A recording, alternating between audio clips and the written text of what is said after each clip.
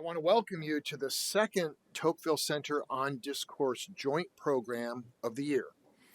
My name is Brent Nelson, and I am the director of the Tocqueville Center for the Study of Democracy and Society, co-director with Dr. Cynthia King of On Discourse, and a member of the Department of Politics and International Affairs. I hope you received one of these handy-dandy brochures when you came in the door. It contains a schedule of topics and speakers for the year. It also contains a QR code and website information that will allow you to sign up for our announcements and donate to our work. Next month, we look at American foreign policy. There's nothing going on in American foreign policy right now. Nothing's happening in Ukraine. Nothing's happening in the White House. So you probably shouldn't go to that one. No, we're bringing in a Russian expert and a China expert. And so we'll talk about America in its geostrategic place in its relations with Russia and China. So that should be really exciting. And in April, we examine populism in America. So these topics are hugely relevant to our current moment, and I do hope you will attend if you can come. The Tocqueville Center asks the big questions at the heart of political, economic, and social life in America. When we explore these questions, we sometimes find we disagree on key points. On Discourse is Furman's effort to promote healthy dialogue across important issues that sometimes deeply divide our community. When we find ourselves in conversations with folks who see the world differently, On Discourse reminds us that we contribute to the health of our community by treating each other with dignity and respect, listening to one another, and disagreeing agreeably when no common ground can be found between us. Healthy discourse occurs when we seek to know each other as persons, not just as sets of ideas. This evening, we will have the opportunity to practice healthy discourse. The requirements of healthy discourse are outlined in 3 key documents adopted by the university: the Statement on Freedom of Inquiry and Expression, which you can find on the On Discourse website, the CLP Standards of Comportment, which are displayed right there next to Alexis de Tocqueville himself, and the community agreements available to you on the tables.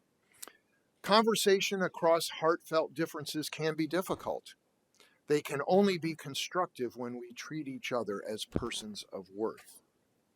Now, to the topic of the day, the American family.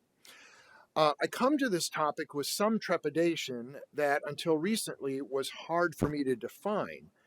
And then I read the following passage in Kearney's The Two-Parent Privilege. Let me read this short passage to you. The conventional mores in the United States today are to treat matters of family and family formation with a dedicated agnosticism, avoiding any suggestion that one type of family might be somehow preferable to another family type. As well-meaning as this intention may be, it has given rise to a massive blind spot in how policy observers and many advocates talk about, and indeed feel permitted to talk about, matters related to the home. These sensitivities are particularly acute when the scientific ideas are critical, when arguing that some household formations tend to be more beneficial than other formulations. All of this is to say, I, that is Melissa, anticipate some measure of backlash from well-meaning people who think it's impolite or impolitic to apply an unforgiving tool like economic analysis on the family. But when I look at the data and evidence that have piled up over decades and across disciplinary fields, I'm convinced that is a conversation people in the U.S. need to have. So this is not an uncontroversial topic. That's why we need to deal with it in On Discourse. So I am also convinced that this is a conversation that we need to have. We are not here to judge anyone for their family background or their views on the family. We are here to review important evidence and talk about its meaning for our lives and the society we live in. To get started, we will hear from Melissa Kearney, who, due to scheduling conflicts and, as it turns out, really bad weather yesterday, was not able to speak to us at last night's CLP. We will then bring up two additional panelists, Brad Wilcox, who did speak to us last night, and Dr. Kelsey Hample from our own Department of Economics for additional perspectives on this topic. After a brief panel discussion, we will turn our attention to the people around our tables and continue the conversation started by the panelists. At the end, we will bring the panel back to help us work through the issues that emerged. So just a warning, for those of you who expect CLP credit, you need to stay through to the end at 6:30. You can't get out like after the talk or something like that. So you got to stay through because the important part is the discussion. So let me first introduce Professor Melissa Kearney. Dr. Kearney is the Neil Moskowitz Professor of Economics at the University of Maryland. She is also the director of the Aspen Economic Strategy Group, a research associate at the National Bureau of Economic Research, and a non-resident senior fellow at Brookings. She holds a BA in economics from Princeton University and a PhD in economics from the Massachusetts Institute of Technology. Professor Kearney is now a scholar affiliate and member of the board of the Notre Dame Wilson Sheehan Lab for Economic Opportunities and a scholar affiliate of the MIT Abdul Jamil Poverty Action Lab. Dr. Kearney's academic research focuses on domestic policy issues, especially issues related to social policy, poverty, and inequality. Her most recent book is the best-selling The Two-Parent Privilege: How Americans Stopped Getting Married and Started Falling Behind. Please welcome Melissa Kearney.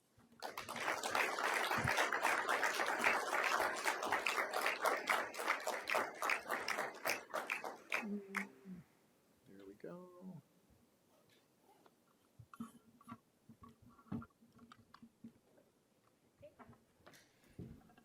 Okay, well, thank you so much, and thanks for having me, and thanks for coming out to be part of this dialogue tonight. I'm delighted to have this opportunity to tell you about the main arguments that I put forward in this book. And really, the reason I wrote this book was to call attention to what's happened to U.S. families over the past 40 years, by which I mean specifically the decline in marriage and the corresponding rise in the share of American kids growing up outside a two-parent setting. And it shouldn't be controversial, but you could see why it's a sensitive position that I take very explicitly in the book, which is that this trend has not been good for U.S. children. It's not been good for parents or society more generally, but I really take the perspective of kids. And here the data is quite unforgiving that this has not been a beneficial trend for kids. So what I want to do in this time together, and really what I do in the book, is make this case from an economics perspective. So I come to this as an economist, and the perspective I bring is really one based in social science evidence and data. It's not a moral or a religious or a value-laden perspective on the family. And my hope is that by doing that in somewhat of a dispassionate way, we can take the issue out of the culture wars and have the conversation about the American family that I think we need to have. So with that motivation, let me just give some highlight statistics. These are all from, official U.S. government statistics on households. And what I'm showing you here is the share of U.S. children living in different family arrangements. What you can see in the top line is that from 1980 to 2022, the share of children living in a married parent home has fallen from 77% of kids to 63%. So I think that last number is worth pausing on because only a little bit more than 60% of U.S. kids are now living in a married parent home. And if we consider the share of children who live in a continuously married, stable parent home, that number is even smaller. It is important to realize that the share of children living with cohabiting parents doesn't bring us anywhere near 100%. Only 8% of U.S. kids live in a cohabiting parent situation. And what that means in the data is the child lives with one of their biological parents and the parent's unmarried partner. And in something like a quarter to 40% of those cases, the partner is not the child's second parent. So even the 8% overstates the share of children living with their unmarried parents. The more common situation for children is to be living with an unpartnered mother, and that's the mother without a spouse or an unmarried partner in the household. That's 1 in 5 U.S. kids. Now, the remaining 9% of children are split almost evenly between living with a single or an unpartnered father and no parent at all. So another way to summarize these stats is now nearly 30% of children are living outside a two-parent home. To put this in broader context, this is greater than in any other country for which we have this kind of data. So this right here is from the Pew Research Center. They surveyed this kind of data for 130 countries, and by their methodology estimate that 23% of U.S. children are living in a single-parent home. The only other country that comes close to that is the U.K. U.S. children are now more likely than in any other country in the world to be living outside a two-parent setting. Okay, my contention is that this is an exceptionalism of which our country should not be proud. It's also important to realize that some people look at something like this and are sanguine and say, well, that's because American women have more financial resources and are more readily able to have a household on their own. It is not the most economically successful women in our society who are finding themselves in large numbers doing the really hard job of raising a family and a household by themselves. So what I'm showing you here is what I refer to as the college gap in married parent families. So I'm graphing here or plotting here across this 40-year period the share of children living in a married parent home by their mother's education level. And in the top line, we see that for children whose moms have a 4-year college degree, the share of them living in a married parent home has only fallen 6 percentage points, from 90% to 84% over this 40-year time period, despite the fact that that's become a much larger group. The big, I think, unappreciated change is the tremendous drop in the share of kids living in married parent homes among those born to moms with a middle level of education, so a high school degree or some college. Those are the majority of moms in this country. And there we see this dramatic 23 percentage point drop in the likelihood that those children are living in a married parent setting. What's really, I think, astounding is that this disadvantaged position that used to be tightly associated with moms with less than a high school degree, teen moms at the early part of this period, now the sort of bulk of moms in the middle, their rates of raising their kids in a married parent home has converged downward. And so that's why we get what I call this big college gap. Another way of looking at this issue is that a married parent setting, which I'm going to stipulate and argue is a very advantageous setting, that's become yet another privilege or advantage or luxury of the most educated, privileged group in society. Just to be clear, if we just look instead at cohabiting parents, and I show you here the share of children living with an unpartnered mother, we still see this college gap. So children whose moms have a 4-year college degree are substantially less likely to be living in an unpartnered mother situation. This issue also intersects with race and ethnic differences in this country. So what I'm showing you in this figure, again from U.S. Census statistics, is the share of children in different family types by the mom's noted, her self-reported race or ethnicity in the census and her education level. Okay, so let's just start with level differences. So 88% of children whose moms identify as ethnically Asian in the U.S. Census are living in a married parent home, as compared to 77% of children whose moms identify as white, 64% of children whose moms identify as Hispanic, and only 38% of children whose moms identify as Black. Within those race ethnic groups, except for Asians, there's this large college gap. So you can see that among children whose moms identify as white, they are substantially more likely to be living in a married parent setting if their mom has a 4-year college degree. The same is true of children whose moms identify as Hispanic. If we look at children whose moms identify as Black, they're twice as likely to be living in a married parent home if their mom has a 4-year college degree. And so we've got this interaction here of education class-based differences, and race and ethnic-based differences. Okay, my contention is that if we don't do anything about these gaps, these kids we're sort of cementing class and race-based differences in children's home lives, the opportunities they have, and ultimately their outcomes. Now, Asians provide an interesting exception to this trend.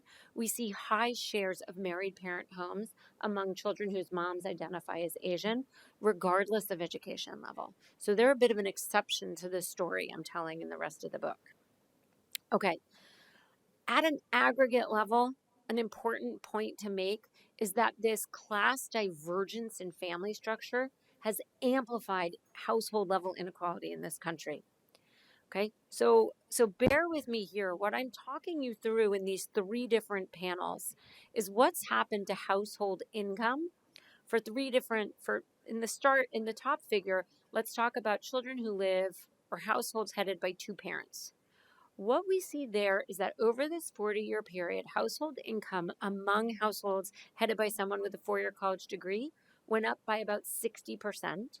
The middle group, their household income went up by about 8%, and the bottom group, their household income went down by about 14%. This is the widely touted story of rising income inequality in the US. You've heard this story before. You know that college educated workers have done really well. Households headed by someone with a college degree have done really well. The middle class has sort of stagnated, and folks with lower levels of education have done worse over a 40-year period. Now, if we look at the middle panel, I'm showing you what happened to the household income among households headed by an unpartnered mother. First, just notice that in terms of absolute income levels, we're farther towards zero, right? These household income levels are about half as high. In terms of what's happened over time, all single mothers have done better over time. We have lots of literature on this in economics. Single moms are more likely to work than in the past, etc. But still, you see that college educated single moms have done particularly well because the labor market has really benefited people with a college degree. Now, in the bottom panel, what I'm doing is just looking at household income by mother's education level without conditioning on the number of adults. And now what you see is college educated households, their income went up by about 60%. Why? Because they've maintained their rates of marriage and their earnings have gone up. But the middle group, instead of a small increase, they've actually done worse. And why? Because you take sort of stagnant or small increases in earnings and combine that with a 17 percentage point increase in the likelihood that there's only one adult in the house, and we've exacerbated economic insecurity of the middle class.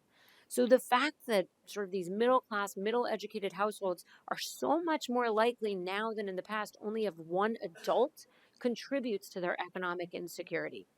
And again, among the least educated adults, we see that their household income has fallen by even more than we would get just from the punishing labor market, because in addition to facing a punishing labor market, they're that much more likely to be the only adult in their household.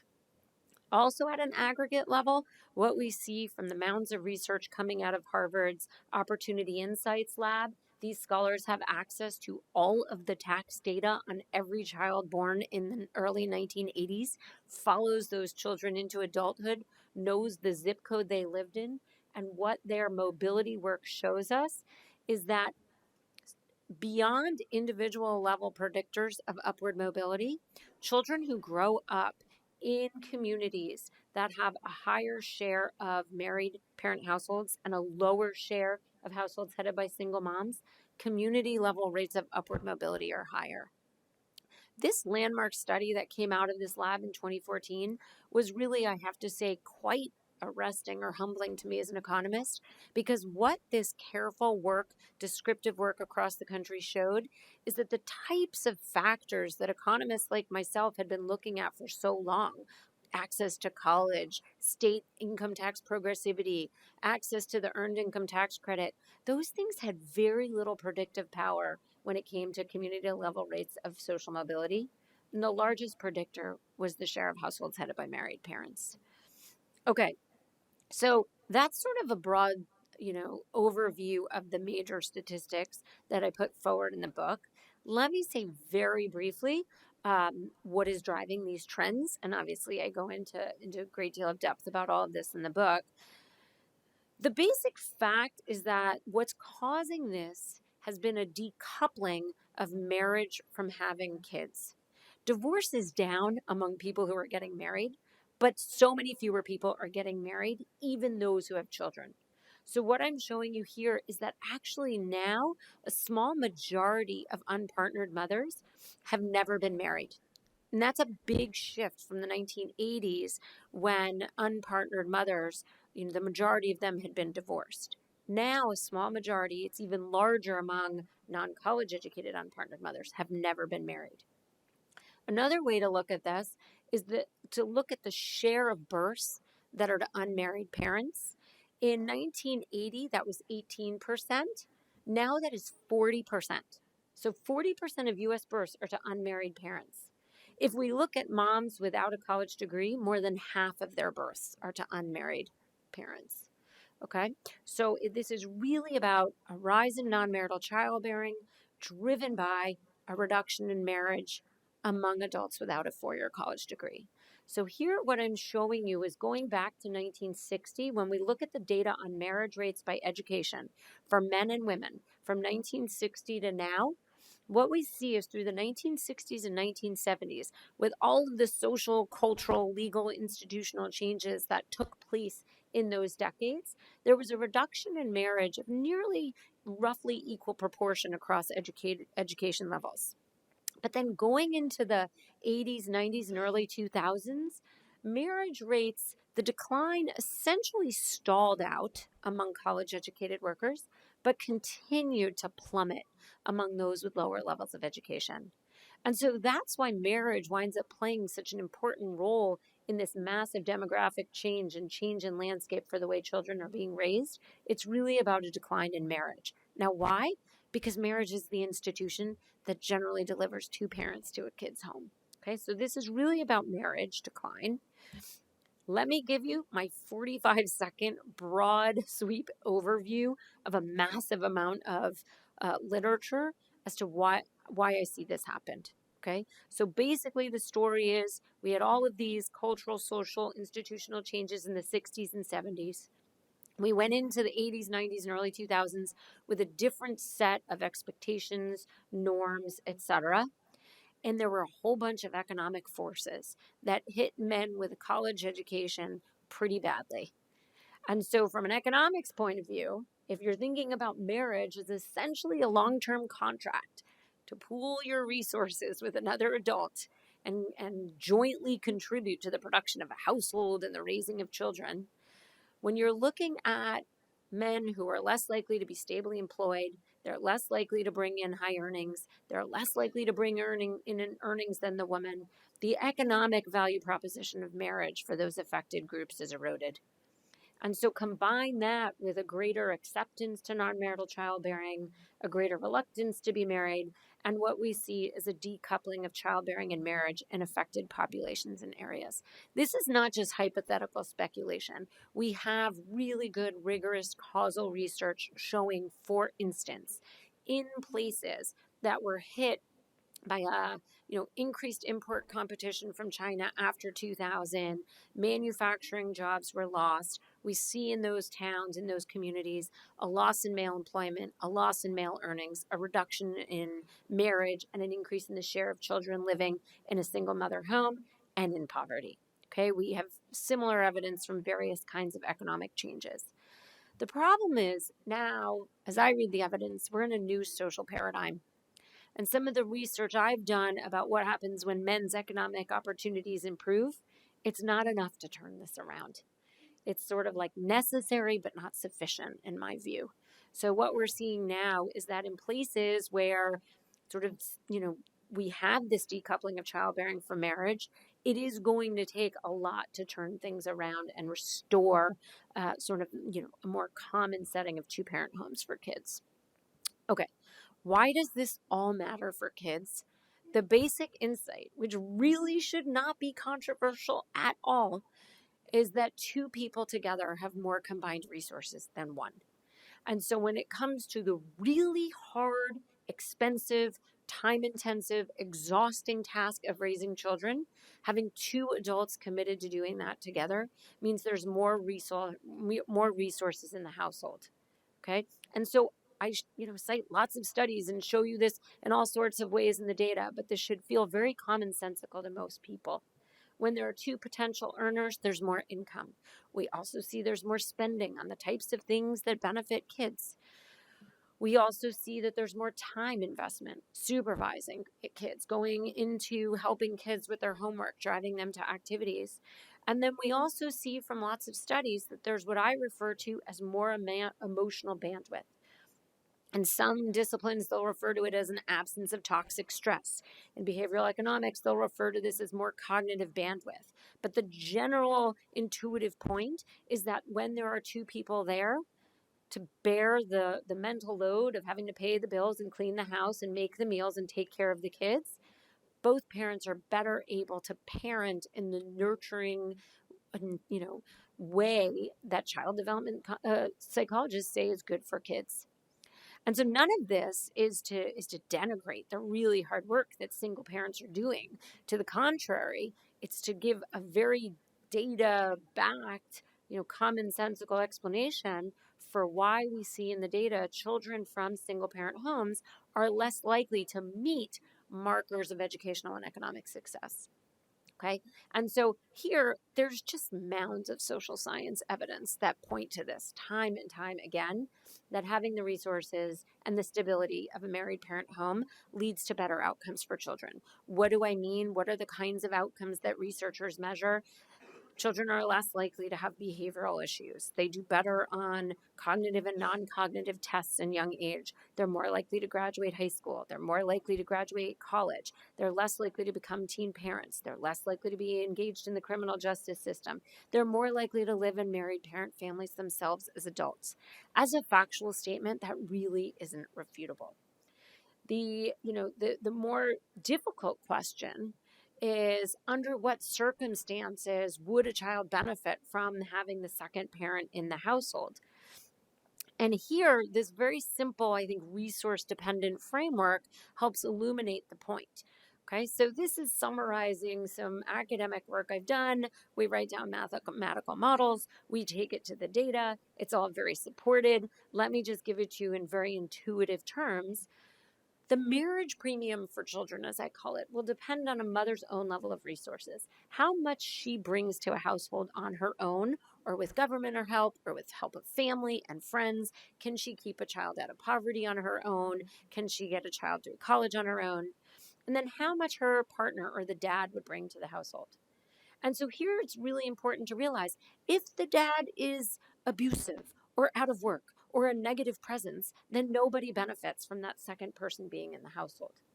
But in the majority of cases, if that second parent, in general in the data, if that second parent is somebody who can double the household income, help take care of the kids, help supervise the kids, then we put those resources through a child outcomes producing production function, as we say in economics, and we get children's outcomes.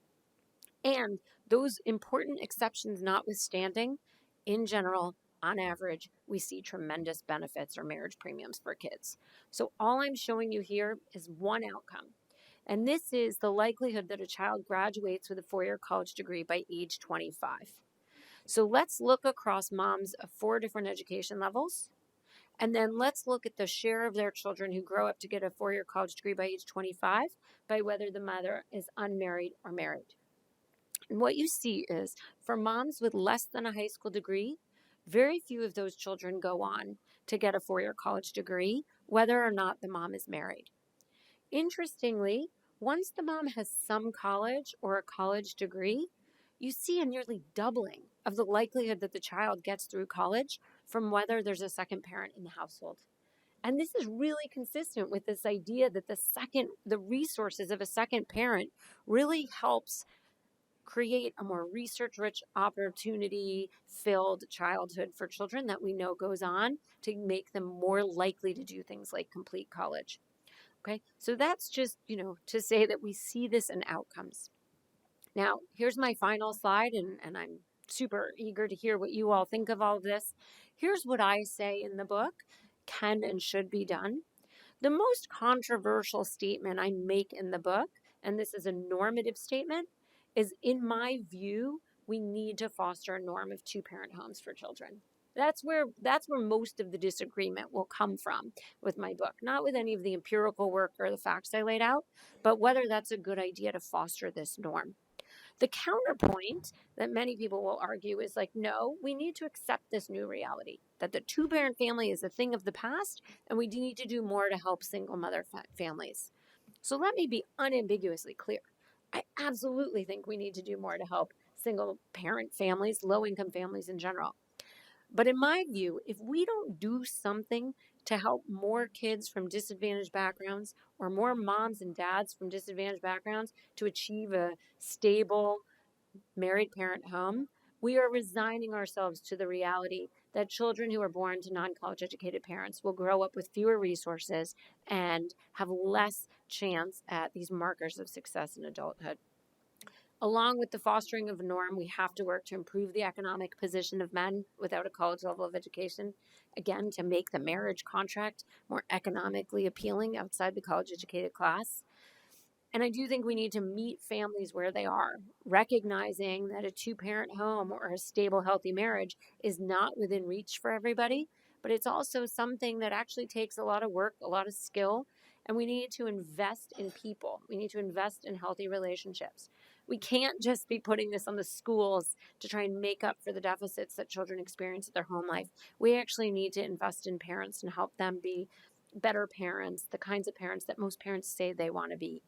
Um, just as one final note, I think it's a mistake to keep government assistance meager under what I say is a mistaken notion that if we just make it even harder for single parents, more of them will decide they have no choice but to get married. And so I am all for a more robust safety net, though I will grant that there is a trade off there. The more that we rely on the government to do, the less we can expect people to get married. It's a trade off that I personally think is worth making because at the end of the day, I think the real tragedy is that so many children are growing up without, in too much material disadvantage because of the circumstances that they were born into. So that's my concluding thought. In summary, we just know two parent homes are really beneficial for children. We know there's been massive changes in the landscape for kids that have exacerbated inequality and undermined social mobility. And in my view, we actually have to make building stronger families a policy priority. I'll stop there. Thanks.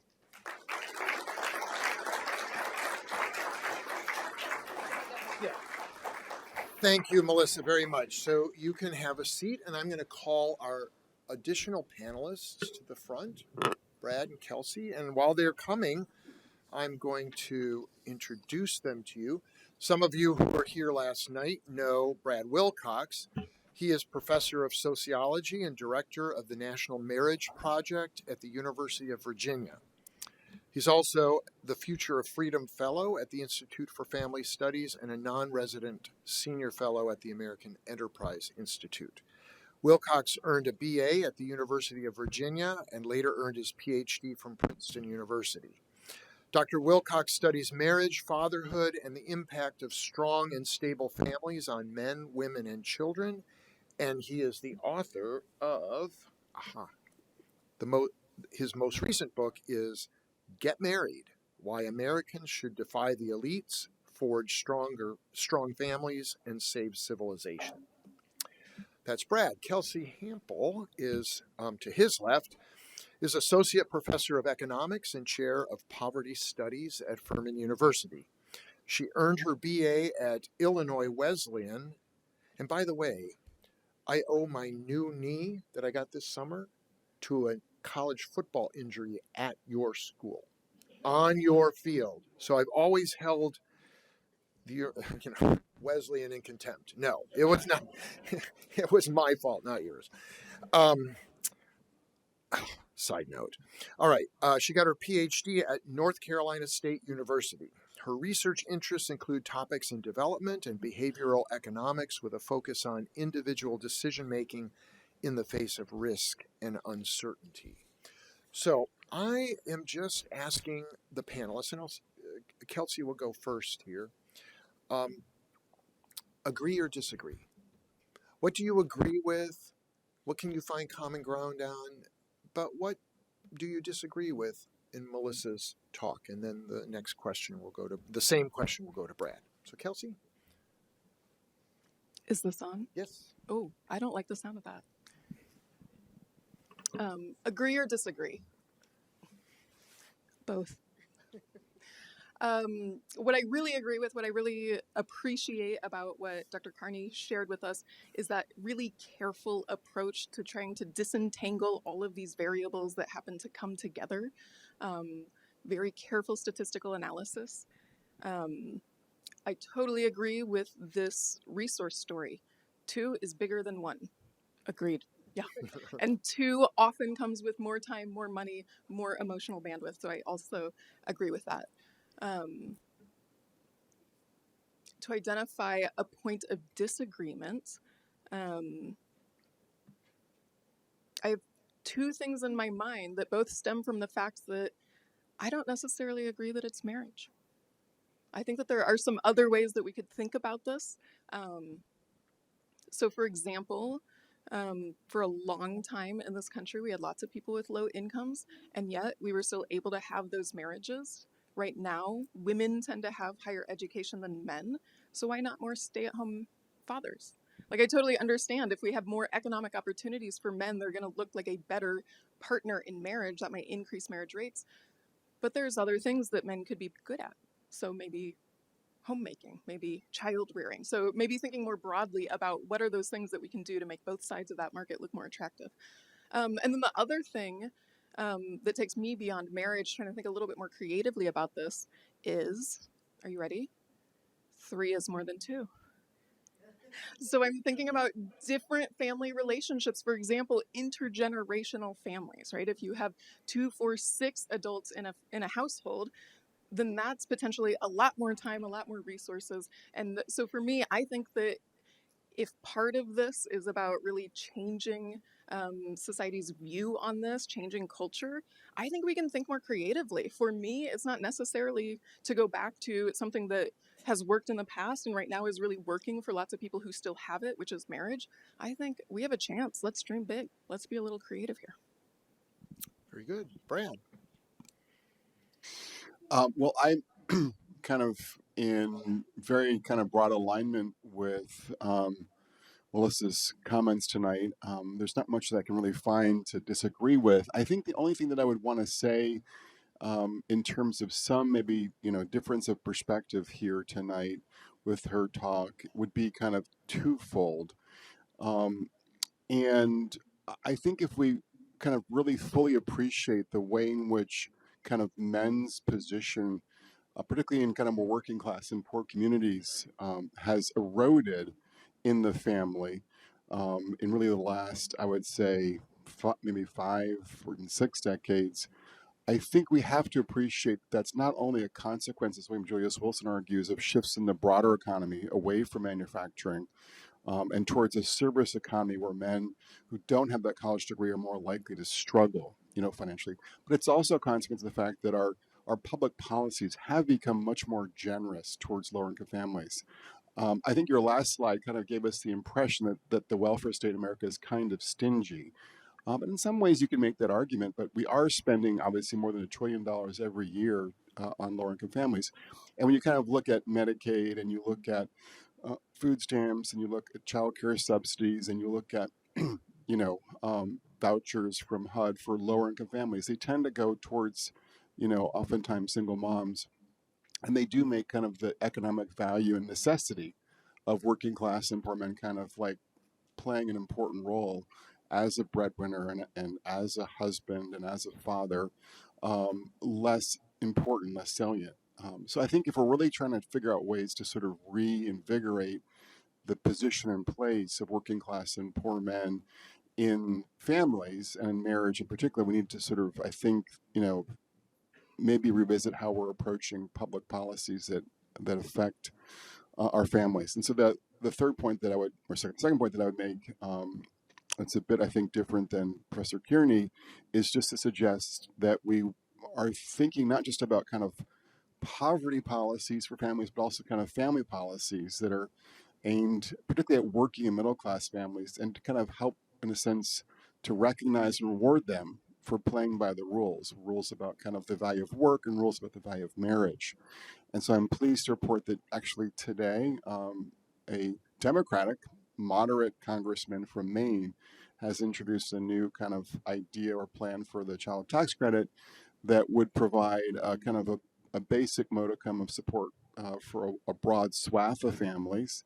And I think probably everyone here on the panel would agree with that kind of part of his proposal. But he has a 20% bonus for married families in the working and middle class.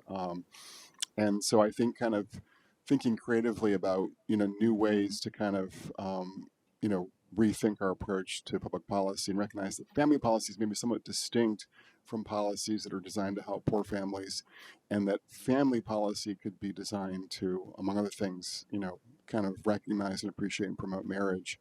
And I think this new, proposal from this congressman in Maine is kind of an example of how we could kind of rethink our approach to public policy.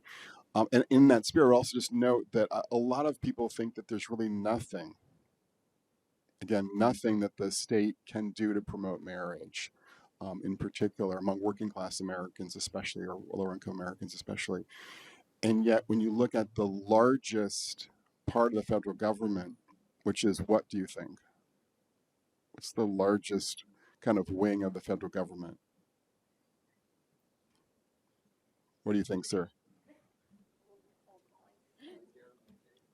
Well, in terms of spending, that's true. But in terms of the number of people who are in that department, it's the Department of Defense. And so what we see is that men who are either currently members of the military or have served our country as members of the military, including working class men, including African American men as well, are just way more likely to have been married or be currently married than their peers who have not served military. And so that's in part because the Department of Defense does privilege married families over cohabiting and dating families, obviously. So things like housing and healthcare are tied to marital status in the military, and that's then linked to some pretty dramatic differences in behavior. So I think it does suggest that if we do kind of recognize the possibility for connection between marriage and public policy, that might be helpful in kind of addressing some of these unique class-based patterns that Dr. Kearney identified tonight. Melissa, to respond. Sure. I think, Yep, you got it. part of the reason that there's less disagreement between Brad and me at this point is I've converged a bit in my thinking on this, in the sense that if you had Brad and me in a panel on this topic about 10 years ago, which probably happened, I probably would have disagreed with him much more fervently, because I really was of the view that it was an economic story, and we just really needed to improve the economic position of men. And so, somewhat reluctantly as an economist, I've just had, based on evidence, had to come around to this idea. It's not just economics. There's a lot to be said about social norms in a way that makes me skittish, because I don't know how to shape social norms, though there is a lot of social science evidence showing that what media says matters, what leaders say matters, what celebrities say matters, and all of that stuff matters. And so I've, moved a little bit more towards Brad's views on this. I'll be honest, 10 years ago, if I saw that Brad wrote a book said get married, I'd be like, why is he telling people what to do? And now I'm a little bit more like, he probably has to tell some people what to do. But that makes me, more open to the kind of reaction of Kelsey, which I've gotten before. In fact, the Washington Post book review, they wrote a scathing review of my book, and the person said, Kearney is stuck in the trap of convention, which you said more nicely. But, the reason why I'm now like Brad stuck in the trap of convention is because this convention has worked. And we can talk about being creative and coming up with alternative arrangements, but we can't point to any that we know work. And the basic fact of the matter is, at a practical level, and there are fancy theories and different ideas about why, but at a practical matter, it is marriage. That's the institution that is the more likely than any other institution that we've yet to try delivers two parents to a household for kids. I'm all for a third loving adult. I had the benefit of growing up with a grandma in my house. I had 3 adults watching me, looking after me, etc. In the US, where we are now, we're sort of at like the worst of both worlds in that we don't have strong nuclear families or extended kinship villages around. And so maybe if there were more families with aunties and grandmas, et cetera, in the house, the decimation of the nuclear family wouldn't be as consequential as it's been. But I am less eager to just try to keep experimenting with this idea that we can come up with replacements for marriage. And in the meantime, millions of children are sort of left in situations and families where they just are not getting sufficient parental investments. All right, we've heard some different opinions. Now it's your turn.